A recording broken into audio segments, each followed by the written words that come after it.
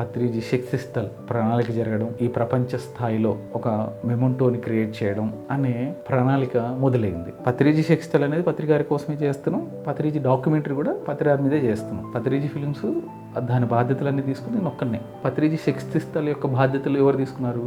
Hyderabad trust తీసుకుంది. అక్కడ విజయభాస్కర్ రెడ్డి గారు, మాధవి గారు, శ్రీరామ్ గోపాల్ గారు మహామహులు ఉన్నారు. సీనియర్ పీరియడ్ మాస్టర్లు అందరూ పత్రిజీ శక్తి స్థల్కే సహకారం అందించేవాళ్ళు.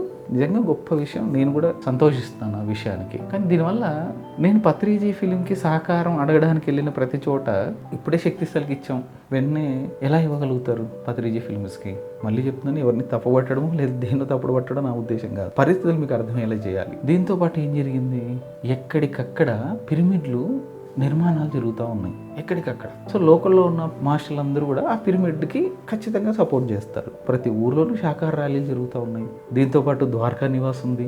దీంతోపాటు మళ్ళీ మనకు జేతవనం వచ్చింది. మళ్ళీ ఆ వెంటనే ప్రకృతి వ్యాలీలో ప్రోగ్రాం వచ్చింది. మళ్ళీ ఆ వెంటనే ఉగాది ప్రోగ్రాం వచ్చింది. పిఎంసికి ఆర్థిక వనరులు సమకూర్చాలి. సో దీనివల్ల ఏమైపోయిందంటే, మరి ఎవరైతే పిరమిడ్ ఫ్యూచర్ సొసైటీలో యాక్టివ్గా ఉండి ఫండ్ రైజ్ చేసే వాళ్ళు ఉన్నారో వాళ్ళందరూ వీటిలో బిజీ అయిపోయారు. పత్రిజీ ఫిలిం పూర్తి అవ్వడానికి ఎవరైనా మాట్లాడుతున్నారంటే అది నేను ఒక్కనే అయిపోయాను. నేనేం బాధగా చెప్పట్లేదు. నేను ఒక్కనే ఉన్నా, ఇంకెవరు లేరు. నేనే అది బాధ్యతను తీసుకున్నా, నేనే పని చేయాలి. నాకు ఈ విషయం చాలా స్పష్టంగా ఉంది. బ్రహ్మర్షి పత్రిజీ